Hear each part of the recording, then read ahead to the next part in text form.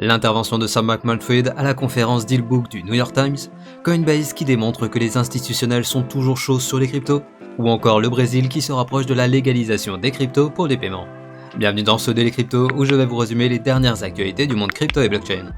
Mais avant de parler des actualités du jour, commençons avec l'état du marché en ce jeudi, avec un marché qui est plutôt mitigé sur les dernières 24 heures alors que Bitcoin est revenu sous les 17 000 $, et la crypto qui surperforme aujourd'hui largement le marché est le ETHW qui imprime un plus 18%. Mais passons sans plus attendre aux actualités de ce jeudi 1er décembre 2022. On débute les actualités du jeudi avec Sam Bankman-Fried qui a sorti quelques dingueries durant la conférence Dealbook du New York Times. Mais tout d'abord, pour vous donner un petit peu de contexte, je vous rappelle que l'ancien dirigeant de FTX était invité pour intervenir à la conférence Dealbook du New York Times où plusieurs sujets de société sont évoqués avec des intervenants très connus, tels que Volodymyr Zelensky ou encore Mark Zuckerberg, et sa présence a été justifiée par le responsable de la conférence en disant qu'il y avait des questions importantes qui devaient être posées suite au crash historique de FTX. Et donc l'interview a couvert pas mal de zones d'ombre dans cette affaire, et je vous en ai ressorti les 3 principaux points à retenir de cette intervention. Le premier point concerne les accusations de détournement de 10 milliards de dollars de fonds appartenant aux clients de FTX. En gros, ce qu'il s'est passé, c'est que Alameda a pris une grosse claque suite à la chute de Terra. Ils ont donc emprunté 10 milliards de dollars à FTX pour couvrir leur position. Et la question était de savoir si ces fonds appartenaient aux clients de FTX, ce qui serait une fraude car ils n'ont pas le droit d'utiliser les fonds de leurs clients de cette manière. Mais Sam Bankman-Fried a évité la question de l'origine des fonds en déclarant qu'il n'était pas au courant des positions prises par Alameda, et quand il s'en est aperçu, il était trop tard. Et donc au final, il rejette la faute sur sa propre mauvaise gestion, comme s'il cherchait à faire oublier des pratiques illégales en avouant qu'il avait très mal géré. Ensuite, le deuxième point concerne les potentiels conflits d'intérêts à cause de la relation entre FTX et Alameda. En effet, l'organisateur a rappelé les accusations de conflit d'intérêts entre les deux sociétés, mais Sam Bankman-Fried a encore évité la question en répondant encore une fois qu'il ne connaissait pas l'étendue des positions de Alameda, car, je cite, « J'avais peur, j'étais nerveux des conséquences d'un conflit d'intérêts en étant trop impliqué ». Donc en gros, il justifie ses erreurs de gestion par le fait qu'il avait peur qu'en s'impliquant trop, il pourrait y avoir des conflits d'intérêts, alors que dans le même temps, lui et ses collaborateurs ainsi que des employés de Alameda vivaient et travaillaient dans le même penthouse. Ensuite, toujours dans le thème de la relation entre lui et Alameda, il lui a été rappelé qu'il avait déclaré ne pas être impliqué dans les décisions prises par Alameda, mais le truc c'est que le fonds a investi 1,15 milliard de dollars dans Genesis Digital Asset, et Sam Bankman-Fried faisait partie du conseil d'administration de Genesis Digital Asset, et donc la question était de savoir comment il aurait pu ne pas être impliqué dans cette décision. Mais pour répondre à cette question, SBF a finalement admis qu'il était bel et bien impliqué dans les décisions de la branche dédiée à l'investissement de Alameda, donc en direct sur internet, Sam Bankman-Fried a lui-même contredit ses déclarations précédentes. Et suite à ça, l'organisateur s'est permis de lui lancer une petite pique en lui demandant si ses avocats pensaient que c'était une bonne idée qu'il parle à cette conférence. Et vu la réaction de Sam Bankman-Fried, ses avocats n'étaient pas du tout chauds pour qu'il y participe. Et le troisième point concerne le tweet de SBF du 7 novembre qui disait que tout allait bien et que les clients ne devaient pas s'inquiéter.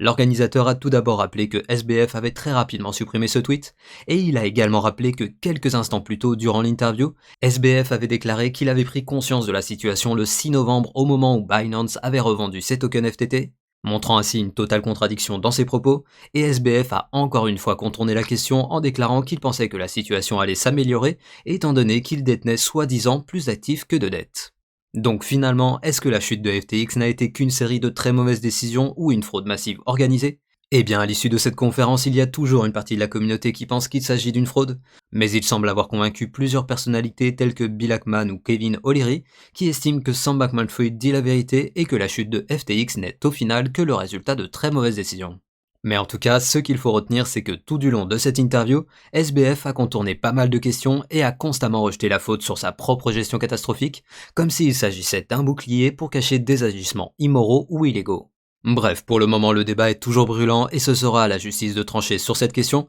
et il n'y a plus qu'à espérer que cette justice sera impartiale. Assez parlé de FTX et voyons maintenant un sondage effectué par Coinbase.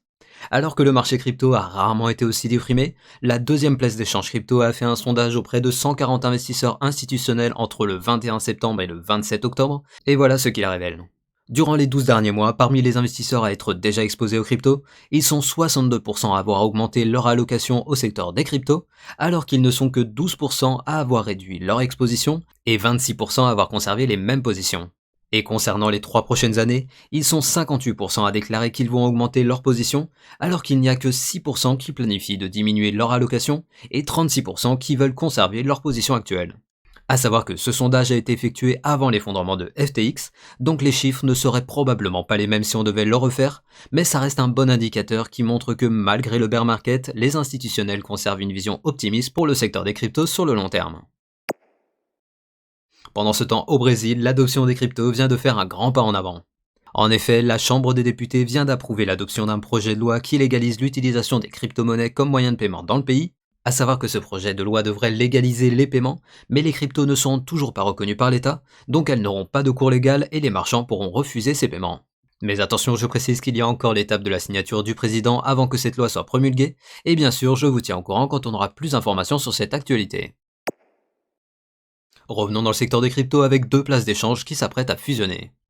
Les plateformes Huobi et Poloniex, qui sont respectivement à la 17e et 27e place en termes de volume échangé, ont finalement confirmé les rumeurs de la semaine dernière en annonçant un partenariat stratégique qui permettra l'échange de liquidités, une conformité commune et surtout le développement de l'écosystème du HT, le token de l'exchange Huobi. À savoir que le HT de Huobi est actuellement en 40e position en termes de market cap, et il est actuellement à moins 82% par rapport à son plus haut, ce qui est pas mal comparé aux autres tokens du top 100 qui sont plutôt aux alentours de moins 90%. Mais attention, je rappelle que les plateformes sont détenues par Justin Sun, une personnalité controversée de l'écosystème crypto, et je vous rappelle qu'en août dernier, la société About Capital, dont l'investisseur principal est nul autre que Justin Sun, avait racheté les parts du cofondateur Leon Lee pour 1 milliard de dollars, ce qui représente 60% du total des tokens achetés, ce qui veut donc dire que la majorité des tokens achetés sont indirectement contrôlés par Justin Sun. Mais bon, au final, cette fusion peut être une très bonne nouvelle qui leur permettra d'étendre leurs services et leurs tokens grâce à la mutualisation des moyens, mais cela peut aussi cacher des comptes déséquilibrés qu'ils voudraient rééquilibrer en partageant des liquidités, donc restez prudents. Sans transition, on a Binance qui fête la fête de la Saint-Jean avec un peu de retard. En effet, on apprend qu'ils viennent de brûler 6 milliards de tokens l'UNC, soit l'équivalent de presque 1 million de dollars au cours actuel, et je précise qu'il s'agit de frais de transaction de l'UNC du mois d'octobre, et donc il s'agit du 6e lot brûlé, et ces lots sont en constante diminution en raison de la diminution des transactions, et également du passage d'un taux de 1,2% à 0,2% des frais brûlés. A savoir qu'à ce jour, c'est un peu plus de 20 milliards de tokens l'UNC qui ont été brûlés par Binance, soit l'équivalent d'environ 3,2 millions de dollars. A savoir qu'à l'heure où j'écris ces lignes, cette actualité n'a pas vraiment eu d'impact sur le LUNC, car le token latéralise depuis plus d'une semaine maintenant. Pendant ce temps aux États-Unis, suite à la chute de FTX, la CFTC a visiblement changé d'avis concernant le statut des cryptos. Mais tout d'abord, je vous rappelle qu'aux USA, il y a la SEC qui, en gros, régule les marchés financiers, et la CFTC qui, elle, régule les bourses du commerce où se traitent les matières premières. Et jusque-là, les dirigeants de la CFTC considéraient que plusieurs cryptos comme le BTC et le TH devaient être qualifiés comme des commodities, ou autrement dit être soumis à la régulation entourant le commerce des matières premières. Mais hier, le président de la CFTC a visiblement changé d'avis, car il a déclaré que selon lui, la seule crypto qui peut être qualifiée de commodity est désormais le Bitcoin, et donc, de facto, il considère désormais que les cryptos comme Ethereum sont des securities, et qu'elles devraient donc être régulées par la SEC dont le cadre est beaucoup plus restrictif. Donc au final, il semblerait que la chute de FTX va mettre fin à l'éternel débat pour savoir comment devraient être catégorisés les cryptos, et bien sûr, affaire à suivre dans Daily Crypto.